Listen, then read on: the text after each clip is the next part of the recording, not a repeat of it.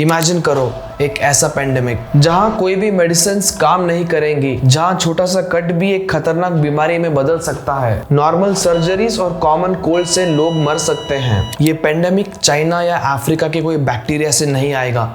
इस चीज को हम लोग ही धीरे धीरे बना रहे हैं, जिसने 2019 में 10 लाख से भी ज्यादा लोगों की जान ली है। जिसका सोल्यूशन नहीं निकाला गया तो 2050 तक हर साल 1 करोड़ लोग मर सकते हैं। इस प्रॉब्लम को कोई भी सॉल्व नहीं कर सकता, बल्कि ये पेंडेमिक मेडिसिन लेने की वजह से ही हो सकता है। मैं बात कर रहा हूँ सुपर बग्स और एंटीबायोटिक रेजिस्टेंस की। आखिर ये सुपर बग और एंटीबायोटिक रेजिस्टेंस है क्या, और इस प्रॉब्लम का सोल्यूशन क्या है, आइए इस वीडियो में जानते हैं।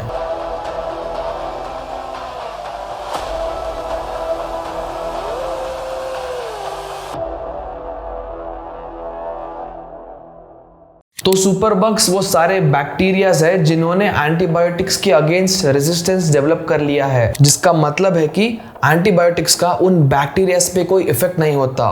पर क्यों?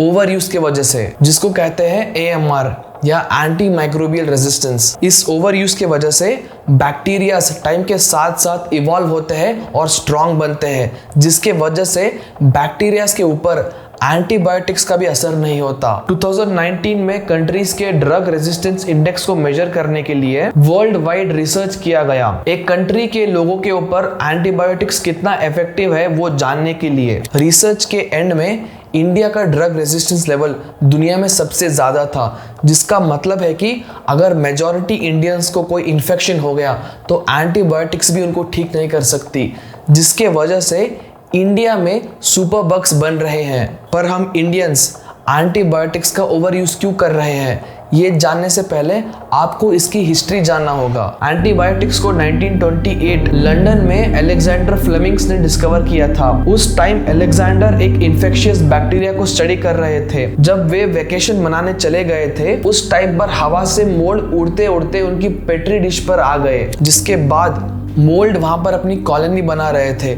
जब अलेक्जेंडर अपनी वेकेशन से वापस आए तो उनको पेट्री डिश पर एक भी बैक्टीरिया नहीं मिला। बाद में उन्हें पता चला कि उस इन्फेक्शियस बैक्टीरिया से लड़ने और मारने के लिए मोल्ड ने एक सब्सटेंस प्रोड्यूस किया जिसका नाम था पेनिसिलिन। उनकी ये डिस्कवरी मॉडर्न मेडिसिन के लिए एक माइलस्टोन था। एंटीबायोटिक्स 2 टाइप के होते हैं, बैक्टीरियोस्टैटिक और बैक्टीरियोसाइडल। स्टैटिक जो बैक्टीरिया की ग्रोथ को रोकता है, उनके रिप्रोडक्शन, मेटाबॉलिज्म और प्रोटीन प्रोडक्शन को स्लो करके। साइडल जो बैक्टीरिया को मार देता है उनके सेल वॉल को डिस्ट्रॉय करके, जिससे वो बैक्टीरिया एक्सप्लोड हो जाता है। फॉर एग्जाम्पल, पेनिसिलिन एक बैक्टीरियोसाइडल एंटीबायोटिक है।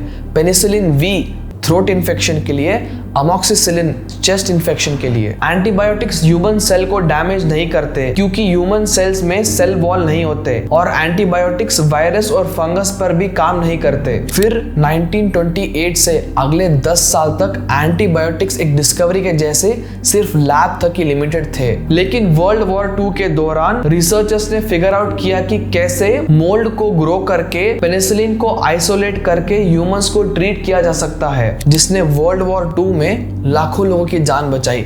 जिसके कुछ ही साल बाद कई सारे एंटीबायोटिक्स मार्केट में आने लगे। फिर 1945 में अलेक्जेंडर फ्लेमिंग्स को नोबेल प्राइज मिला था पेनिसिलिन की डिस्कवरी के लिए। उस टाइम पर द न्यूयॉर्क टाइम्स के इंटरव्यू में उन्होंने एंटी माइक्रोबियल रेजिस्टेंस और एंटीबायोटिक्स के ओवर यूज के बारे में दुनिया को वार्न किया था। लेकिन उस टाइम तक एंटीबायोटिक्स मिलियंस का बिजनेस बन चुका था। अब उस क्वेश्चन पर वापस आते हैं कि क्यों हम इंडियंस एंटीबायोटिक्स का ओवर यूज करते हैं। इसके 3 रीजंस है। पहला रीजन तो है सेल्फ डायग्नोसिस। आज के डिजिटल वर्ल्ड में लोग खुद के सिम्टम्स को गूगल सर्च करके मेडिसिन लेते हैं, लेकिन जब बात आती है एंटीबायोटिक्स की, ये बहुत ही डेंजरस हो सकता है क्योंकि हर इन्फेक्शन बैक्टीरियल इन्फेक्शन नहीं होता। जैसे कि मैंने कुछ टाइम पहले कहा था, एंटीबायोटिक्स सिर्फ बैक्टीरियल इन्फेक्शन पर काम करते हैं, और अगर आपको वायरल या फंगल इन्फेक्शन हो गया और आप एंटीबायोटिक्स लेते रहे तो आप ठीक नहीं होने वाले। दूसरा रीजन है डॉक्टर्स अननेसेसरीली एंटीबायोटिक्स प्रिस्क्राइब करते हैं। 2021 और 2022 के एक सर्वे जिसको national centre for disease control ने किया था, उसके अकॉर्डिंग 72% डॉक्टर्स ने उनके पेशेंट को एंटीबायोटिक्स प्रिस्क्राइब किया, जिसमें सिर्फ 45% प्रिस्क्राइब किया उस डिसीज को क्योर करने के लिए, बाकी 55% प्रिस्क्राइब किया उस डिसीज को प्रिवेंट करने के लिए। मतलब डिसीज हुआ भी नहीं और एंटीबायोटिक्स प्रिस्क्राइब कर दिया। तीसरा रीजन सुपरबग्स के फॉर्म होने का है डॉक्टर्स की प्रिस्क्रिप्शन को पूरा नहीं करना। जब डॉक्टर्स 1 वीक या 10 दिन के प्रिस्क्रिप्शन देते हैं तो लोग उसको पूरा नहीं करते, जिसके वजह से कुछ बैक्टीरिया मर जाते हैं और कुछ बैक्टीरिया जिंदा रहकर रेजिस्टेंस बिल्ड कर लेते हैं, जो फ्यूचर में सीरियस इन्फेक्शन का कारण बन सकता है, आपके लिए भी और आपके अराउंड लोगों के लिए भी। इन 3 रीजंस के वजह से सुपरबग्स फॉर्म और स्प्रेड होते हैं।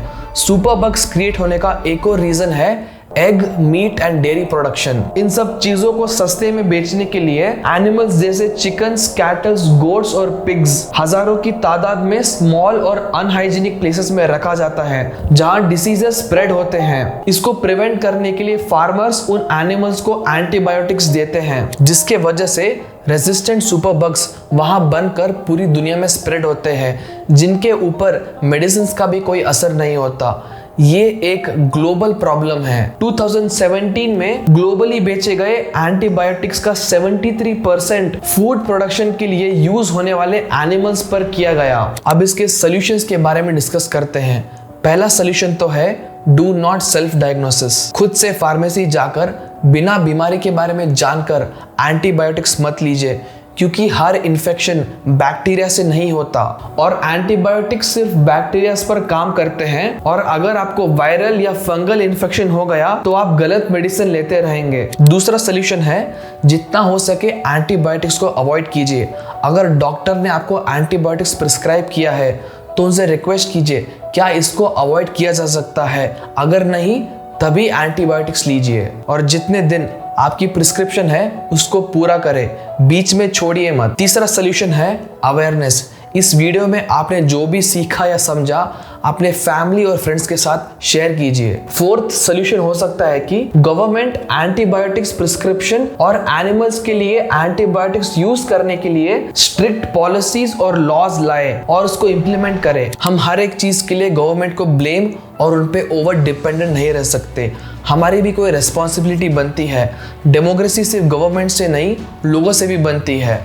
अगर आपके पास और कोई सोल्यूशन है तो मुझे बताएं। एंड में मैं आप सभी से यही कहना चाहता हूं कि प्लीज़ एंटीबायोटिक्स मत ले जब तक आपको उसकी सीरियसली नीड ना हो, क्योंकि ये एक ऐसे सुपर बग को बना सकता है जिसके वजह से दुनिया में एक ऐसा पैंडेमिक आ सकता है जो आपकी और लाखों लोगों की जान ले सकता है। Anyway, thank you.